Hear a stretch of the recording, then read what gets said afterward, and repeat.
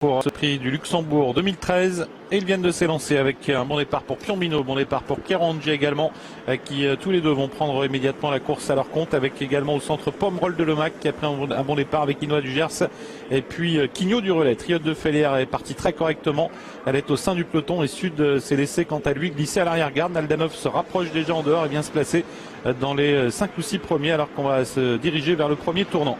Keranji qui se rabat au commandement devant également Quignot du relais à la corde, Pomerol de Lomac au centre, suivi encore par Piombino avec Naldanov, avec également Juggle-Face qui vient en 6e position et puis Quinoa du Gers qui est suivi par Prince du Verger dans un peloton bien groupé et on passe au poteau des 1500 derniers mètres en 1.8.6 sous l'impulsion toujours de Pomerol de Lomac. Pomerol de Lomac qui a l'avantage devant Keranji avec également sur une 3e ligne Quignot du relais, au centre c'est Naldanov qui est venu se placer et puis en 5e position on a toujours également le numéro 5 c'est Piombino suivi par Quinoa du Gers. Juggle-Face tente de progresser en dehors avec Prince du Verger et Triote de Félière qui pour l'instant attend au sein du peloton avec semble-t-il beaucoup de ressources.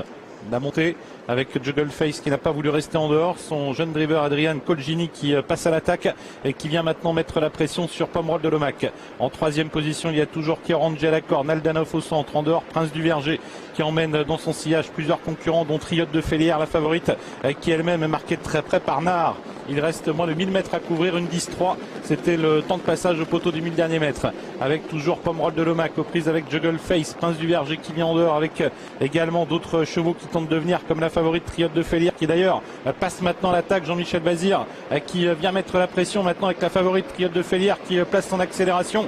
Elle va peut-être être contrée mais pour l'instant on a beaucoup de mal à contrer la favorite qui va peut-être reprendre du champ immédiatement avec le reste du peloton. Triote de Félière qui laisse sur place les animateurs alors qu'on sort bientôt du tournant. Triote de Félière qui prend un 2, 3, 4 suites qu'il avance sur le reste du peloton et c'est Nahar qui pour l'instant est le seul à réagir avec également en dehors qui tente de venir Prince du Verger. Sortie du tournant, course poursuite entre Triote de Félière et Nahar qui tente de refaire du terrain. Triote de Félière très nettement au commandement, Nahar qui tente de revenir mais encore à distance. Triote de Félière toujours très nettement en tête, Nahar qui tente de revenir, Triote de Félière qui a toujours très nettement l'avantage devant Nahar et Prince du Verger en être trait. Triote de Félière qui va remporter ce prix du Luxembourg. Triote de Félière qui l'emporte avec Jean-Michel Bazir. 2e place pour Nahar, 3e place pour Prince du Verger, devant Quinoa du Gers et Piombino. Victoire de Triote de Félière, victoire impressionnante. Elle a cloué sur place ses adversaires quand Jean-Michel Bazir lui a demandé d'accélérer à la mi-tournant finale. L'éclabousse de sa classe, ce prix du Luxembourg, elle qui s'était déjà imposé sur le parcours en début de meeting dans le prix de Lille. La 2e place pour le numéro 12 Nahar, 1,90€ pour la Lorette, 8,10€ pour le numéro 12 Nahar, 3e place pour le numéro 3 Prince du Verger à 25 contre 1, le 4 et 4e Quinoa du Gers à 13 contre 1 et la 5e place revient à un outsider, le numéro 13 Irving Rivarco à 67 contre 1, 14, 12, 3, 4 et 13. Oui, il peut applaudir, hein, Jean-Paul Marmion. Vraiment de l'ouvrage, hein, messieurs. Oh oui, c'est littéralement promené. Jean-Michel n'a rien fait du parcours jusqu'au 800.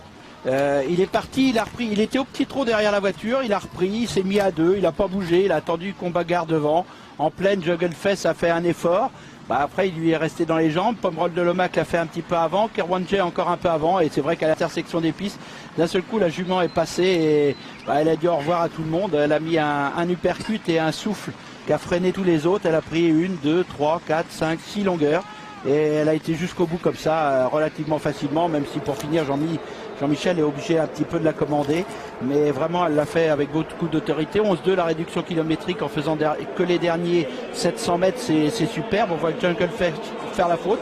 Et puis on avait parlé de Nahar avant la course où il méritait une consolation, on va dire, par rapport à ses déboires de la dernière fois où il avait été gêné quand Rajat Nabi avait fait la faute.